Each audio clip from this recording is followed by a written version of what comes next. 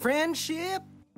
Abay kung usapang pagkakaibigan lang, hindi papahuli ang mga Pinoy dyan. Sa survey nga ng Global Expat Network na internations.org, pumapangalawa ang Pilipinas sa mga bansang pinakamadaling magkaroon ng mga kaibigan.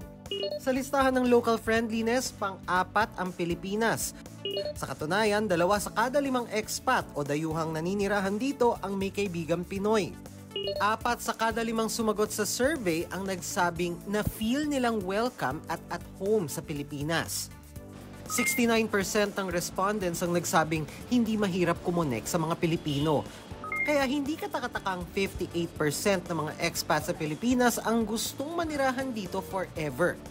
Paliwanag ng isang sociologist na katulong sa friendly image ng mga Pinoy ang pagsasalita ng Ingles. May malaking papel din ang konsepto ng kapwa o pagtrato sa iba na hindi kaiba sa atin.